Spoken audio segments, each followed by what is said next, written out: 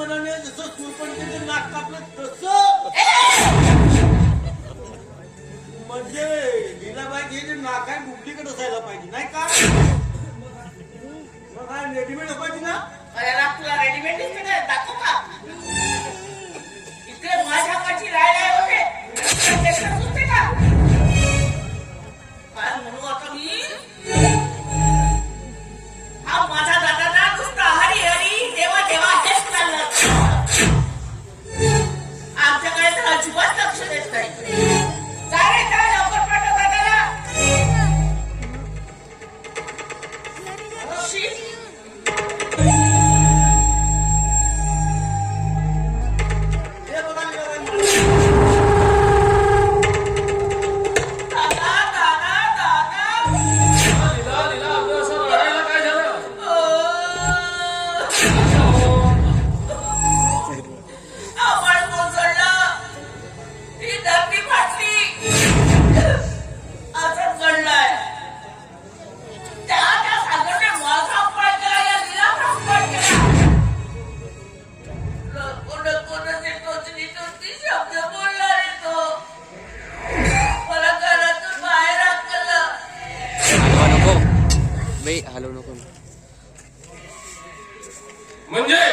म्हणजे त्या साल्याची मजा इथपर्यंत गेली म्हणायची. अगोदर त्या सरिताला फसवून आमच्या इज्जतीला कलंक लावला आणि आज त्याने तुझा अपमान केला काय? तोच त्याला स्वतःला समजतो तरी कोण? अगं त्याच वेळेस मी त्याचा बंदोबस्त करणार होतो पण तूच मला हरकत घातली होतीस. पण नाही मी त्याला आता सोडणार नाही. त्याला मी देशोधडीलाच लावतो. बस अगं लीला तू फक्त घरी जाऊन शांत राहा. कशी शांत राहू? त्याचे शब्द माझी जिवारी लागलेच रे. आज म्हटलं कुणीही माझ्या गावात अपमान केला नाही पण त्या भिकाऱ्याने माझा पटकला या लीलाचा अपमान केला.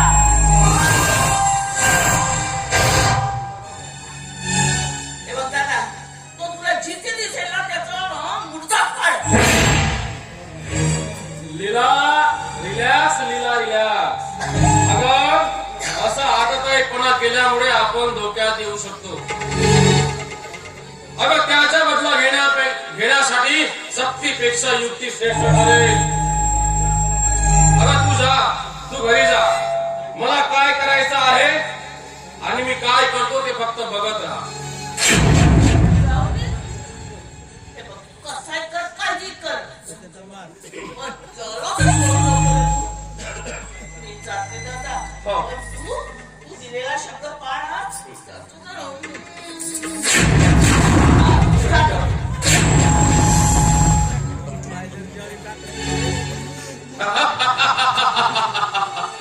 सागर दीड अमळीचा फाटका आणि टक्कर मात्र एका हावण्या वाघाशी. अरे मोठमोठ्या गुंड मावल्यांना राजकारणी लोकांना समाजसेवेचा बुरखा पांघरून जीवनात उठवलाय मी आणि त्यात तुला संपवायला किती वेळ लागेल रे? अरे असा खेळ खेळतो की त्या खेळात चढाई माझी असेल आणि माघार मात्र तुझी असेल. अरे अशी माघार असेल की त्यात पळायला सुद्धा ही जमीन कमी पडणार.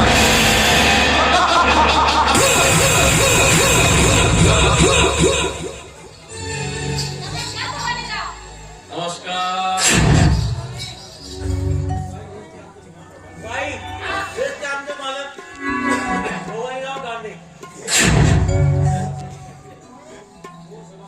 तो समाजसेवक देशात प्राख्यात विकून आहेत. कुणाच्याही मदतीला केव्हा उठून धावतात. रात्री असो दिवसाने असो पहाटे असो केव्हा मी बिलकुल तयार. सगळ्यांकडे लक्ष देतात म्हणून यांना संकट मोचन सुद्धा म्हणतात. यांच्यामुळे तर आमच्या गाव आदर्श आहे.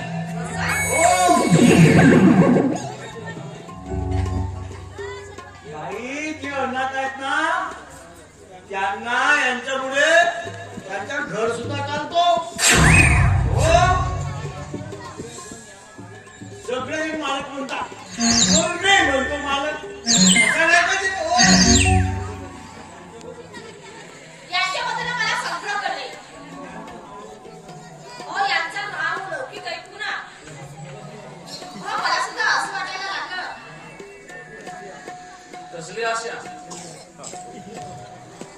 हो तुमच्या अनाथ आश्रमामध्ये हो त्याच मास्तरांची गरज आहे ना असं ऐकलंय मी. होय होय खरं आहे. अगं आमच्या आश्रमामध्ये काही मुलांमुलींना नाच गाणं शिकायची खूप आवड आहे आणि त्यासाठीच आम्हाला एका डान्स मास्तरींची गरज आहे.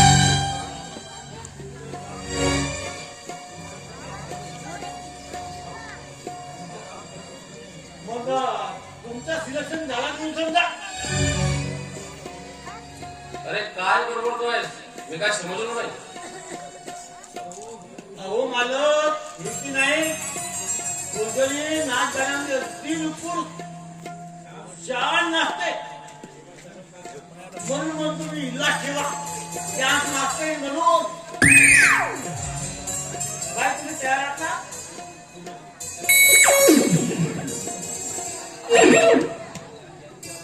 याची जर कृपा असेल ना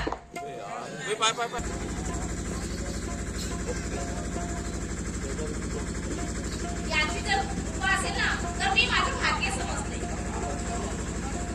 खूप उपकार होते तुमचे. अगं फुलझडी यात उपकार नसते. अगं हे तर माझे कर्तव्यच आहे. या तळागाळातील लोकांची सेवा करणे हे माझं धर्म आहे. पण मनात थोडी शंका येते. समजा मग ती कशी शंका? अगं आम्ही हाती घेतलेलं कोणतंही कार्य हे यशस्वी करीत असतो. आम्हाला परीक्षेमध्ये नुसतंच पास होणं आवडत नाही तर त्या परीक्षेमध्ये आम्हाला मेरिट आलेलं खूप जास्त आवडतं आणि त्यासाठीच आम्ही तज्ञ लोकांची नियुक्ती करीत असतो. बाई म्हणजे बाईला नाचगाणं करता येत नाही म्हणतो असं म्हणता पाहिजे. बाई एका बरोबर काय तुम्ही नाचगाणं करून दाखवा म्हणजे आमच्या मालकाला बरोबर शाश्वती होईल. असं हो मालक हो मालक काय रे? अरे काय झालं? मालक माझी दुकान बंद झाली पण आता उपासमार व्हायची वेळ पडली. मालक तुम्ही माझ्या यातून वाचू शकता. अरे अरे अरे अरे उठ. असा काय करतोय? नाही मालक मी तुमचे पाय सोडणार नाही. अरे उठ. अगोदर मला काम द्या. अरे बिरजू तुला काम मिळेल. अरे जोपर्यंत मी जिवंत आहे ना तोपर्यंत या गावातील कोणीही उपाशी राहणार नाही. आता तरी सोड मला. मालक हो फार उपकार झाले तो तुमचे. बरं असू दे. मंडळी काय चल होऊ दे की तुझं. बरं